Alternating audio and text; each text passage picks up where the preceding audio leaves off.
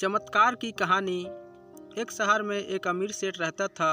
उसके पास बहुत पैसा था, अनेक फैक्ट्रियों का मालिक था। एक शाम अचानक उसे बहुत बेचैनी होने लगी। उसने डॉक्टर को बुलाया और अपनी जांच करवाई, पर कुछ भी नहीं निकला। उसकी बेचैनी बढ़ती गई और उसे समझ नहीं आ रहा था कि उसके साथ क्या हो रहा है।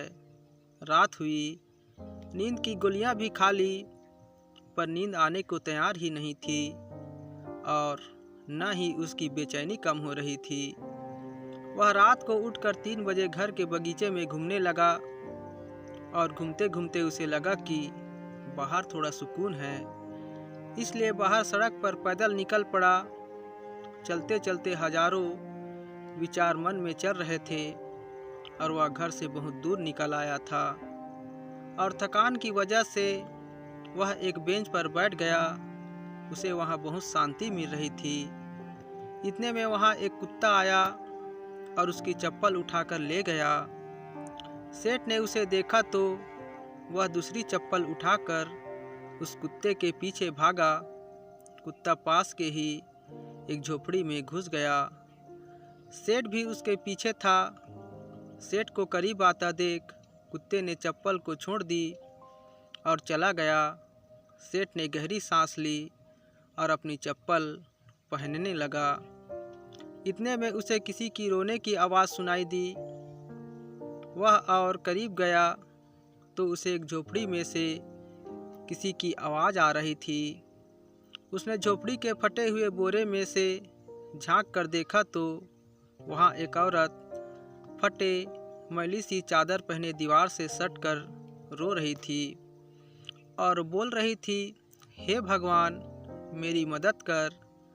सेठ के मन में आया कि यहाँ से चले जाऊं, कहीं लोग उसे गलत ना समझें। सेठ थोड़ा आगे बढ़ा तो उसके दिल में ख्याल आया कि आखिर वह औरत रो क्यों रही थी, उसको तकलीफ क्या है।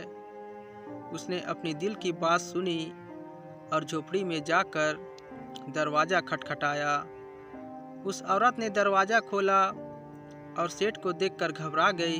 तो सेठ ने हाथ जोड़कर कहा, घबराओ मत, मुझे तो सिर्फ यह जानना है कि तुम रो क्यों रही हो।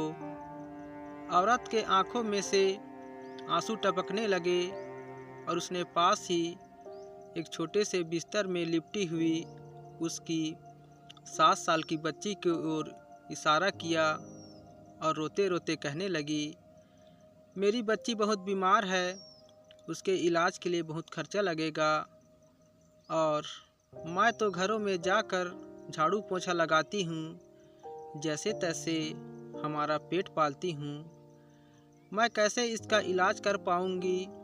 सेठ ने कहा, तो किसी से मांग लो।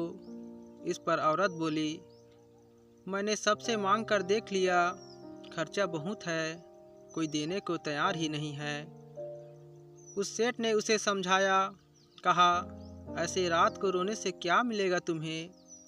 तो औरत ने कहा, कल एक संत यहाँ से गुजर रहे थे तो मैंने उनको मेरी समस्या बताई तो उन्होंने कहा, बेटा तुम सुबह 4 बजे उठकर अपनी ईश्वर से मांगो, बोरी बिछाकर बैठ जाओ और रो के गिड़गिड़ा कर उससे मदद मांगो। वह सबकी सुनता है और वह तुम्हारी भी जरूर सुनेगा।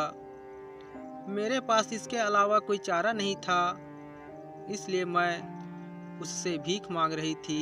यह सब सुनने के बाद सेठ का दिल पिघल गया और उसने तुरंत फ़ोन लगाया और एम्बुलेंस बुलाई और उस 7 साल की छोटी सी बच्ची को हॉस्पिटल में एडमिट करवा दिया।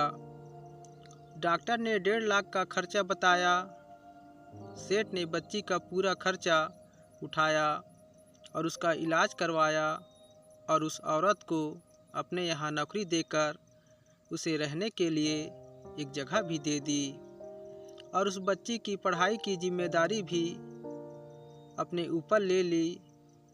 वह सेठ दयालु तो था पर नास्तिक था।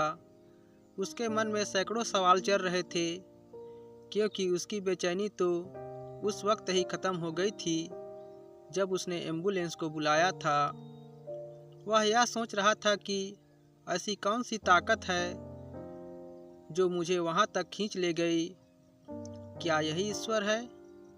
और यदि यह ईश्वर है तो हमारा संसार आपस में धर्म जात पात के लिए क्यों लड़ रहा है? क्योंकि ना मैंने उस औरत की जात पूछी और न ईश्वर ने जात पात देखी। बस ईश्वर ने तो उसका दर्द देखा और मुझे इतना घुमाकर उसके पास पहुंचा दिया। अब सेठ समझ चुका था कि कर्म के साथ सेवा भी बहुत जरूरी है, क्योंकि इतना सुकून उसे जिंदगी में पहले कभी नहीं मिला था। दोस्तों, यह कहानी आप लोगों को कैसी लगी कमेंट में ज़रूर बताइएगा।